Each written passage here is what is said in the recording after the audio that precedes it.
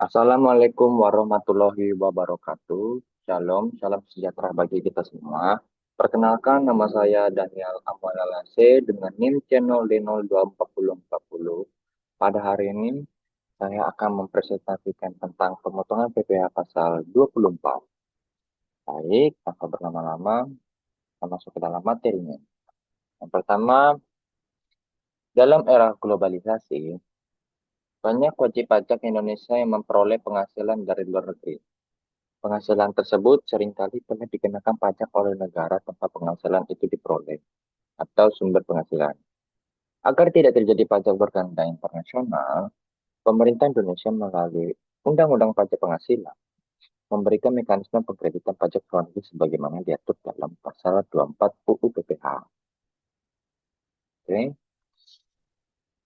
Ini salah, harusnya pas PP pasal 23, mohon maaf. Jadi PP pasal 23, pemotongan PP pasal 24 adalah ketentuan yang mengatur mengenai pengkreditan pajak luar negeri bagi wajib pajak dalam luar negeri yang memperoleh penghasilan dari luar negeri. Pajak yang telah dibayar di luar negeri dapat dikreditkan terhadap pajak yang terutang di Indonesia sepanjang penghasilan tersebut merupakan objek pajak di Indonesia. Dasar hukum. Dasar hukum Undang-Undang PP pasal 24, PP pasal 24 yang pertama ada Undang-Undang Nomor 7 Tahun 2021 tentang harmonisasi peraturan perpajakan atau HPP. Lalu yang kedua ada PMK, Peraturan Menteri Keuangan Nomor 144.1, 141 per PMK titik 03 per 2015 tentang tata cara pengkreditan pajak atas penghasilan dari luar negeri. Ketentuan pengkreditan pajak negeri.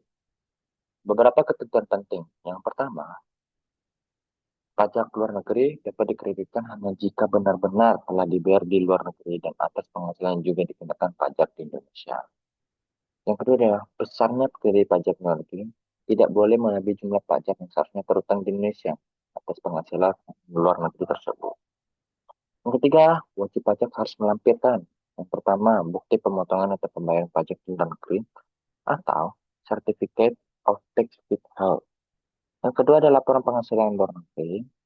Yang ketiga ada dokumen pendukung lain sesuai PMK. Itulah ketentuan pengkreditan pajak luar negeri. Lalu rumus dan batasan kredit pajak luar negeri.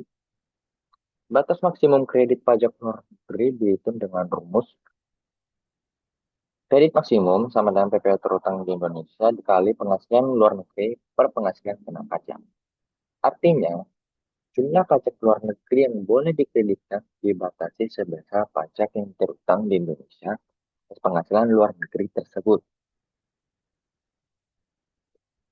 Contoh kasus, PT Nusantara memperoleh penghasilan dari dalam negeri sebesar 900 juta dan dari luar negeri sebesar 300 juta. PPh yang dibayar di luar negeri sebesar 60 juta. Tarif PPh badan di Indonesia adalah 22%. Maka langkah-langkahnya itu yang pertama kita harus mencari PKP. PKP dari luar negeri sama yang dari dalam negeri. Itu dijumlahkan. Jadi 900 juta dari dalam negeri Indonesia, terus ditambah dengan 300 juta dari luar negeri, didapatkan 1.200.000.000 rupiah. Lalu kita cari PPh terutang di Indonesia, menggunakan tarif PPh badan di Indonesia sebesar 22% dikali dengan penghasil PKP tadi, dikali 1.200.000.000 sama dengan 264 juta. Maka kredit maksimumnya 264 juta dikali 300 juta dibagi 1,2 miliar sama dengan 66 juta. Pajak yang dikreditkan itu adalah 60 juta.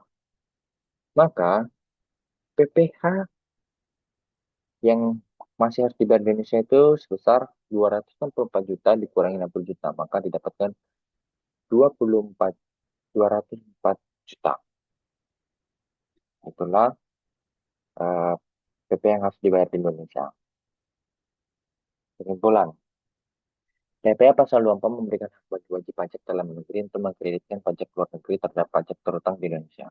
Tujuannya adalah untuk mencegah pajak berganda atas penghasilan yang sama dan mendorong keadilan sistem perpajakan internasional.